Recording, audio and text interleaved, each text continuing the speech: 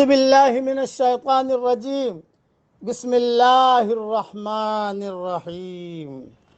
سورہ یونس کی چند آیتیں پڑھ رہا ہوں۔ آیت نمبر 25، آیت نمبر 26، آیت نمبر 27۔ واللہ یدعو الی دار السلام، اور اللہ سلامتی کے گھر کی طرف بلاتا ہے۔ وَيَهْدِي مَن يَشَاءُ إِلَىٰ صِرَاطٍ مُسْتَقِيمٍ، اور وہ جس کو چاہتا ہے سیدھا راستہ دکھا دیتا ہے۔ لِلَّذِينَ أَحْسَنُوا الْحُسْنَىٰ وَزِيَادَةٌ، جن لوگوں نے بھلائی کی ان کے لیے بھلائی ہے اور مزید، اور اس پر مزید بھی۔ وَلَا يَرْهَقُ وُجُوهَهُمْ قَتَرٌ وَلَا ذِلَّةٌ، اور ان کے چہروں پر نہ سیاہی چھائے گی اور نہ ذلت۔ اولئک اصحاب الجنت ہم فیہا خالدون، یہی جنت والے لوگ ہیں، وہ اس میں ہمیشہ رہیں گے۔ والذین کسبوا السیئات جزاء سیئۃ بمثلہا وترہقہم ذلہ، اور جنہوں نے برائیاں کمائی تو برائی کا بدلہ اس کے برابر ہے، اور ان پر رسوائی چھائی ہوئی ہوگی۔ ما لہم من اللہ من عاصم، کوئی ان کو اللہ سے بچانے والا نہ ہوگا۔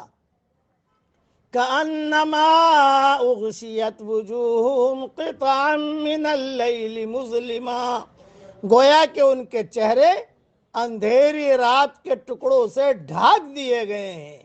اولئک اصحاب النار ہم فیہا خالدون، یہی لوگ دوزخ والے ہیں اور وہ اس میں ہمیشہ رہیں گے۔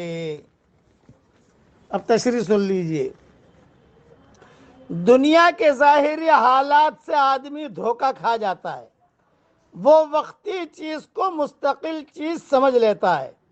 اس کا خیال یہ ہو جاتا ہے کہ خوشیوں اور راحتوں کی زندگی جو وہ چاہتا ہے وہ اس کو اسی موجودہ دنیا میں حاصل ہو سکتی ہے، مگر انسانی آرزوؤں کی دنیا دراصل آخرت میں بننے والی ہے، اور اس کو وہی شخص پائے گا جو خدا کے بتائے ہوئے طریقے کے مطابق اس کو حاصل کرنے کی کوشش کرے۔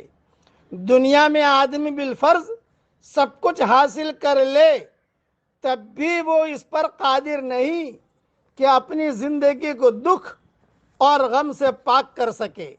یہاں ہر خوشی کے ساتھ کوئی اندیشہ لگا ہوا ہے، یہاں کی ہر کامیابی بہت جلد کسی دکھ کی نظر ہو جاتی ہے۔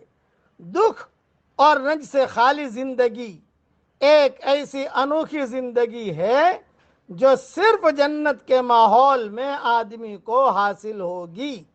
جو لوگ اس راز کو پالیں وہی وہ لوگ ہیں جو جنت کا راستہ اختیار کریں گے اور بالآخر خدا کی ابدی جنتوں میں پہنچیں گے۔ راحت اور خوشی کی زندگی جو انسان کو بے حد مرغوب ہے، وہ خدا کے وفادار بندوں کو کامل طور پر جنت میں ملے گی، مگر راحت اور خوشی کا ایک اور درجہ ہے جو معروف راحتوں اور خوشیوں سے بہت بلند ہے۔ یہ مالک کائنات کا دیدار ہے جو اہل جنت کو خصوصی طور پر حاصل ہوگا۔ جو خدا راحتوں اور لذتوں کا خالق ہے وہ یقینی طور پر تمام راحتوں اور لذتوں کا سب سے بڑا خزانہ ہے۔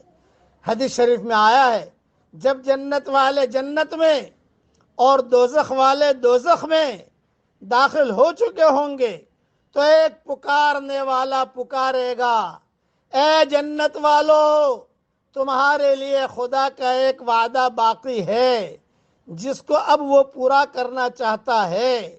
جنت والے یہ سن کر کہیں گے، یعنی ہم سب، کہو انشاءاللہ ہم سب، جنت والے یہ سن کر کہیں گے کہ وہ کیا ہے؟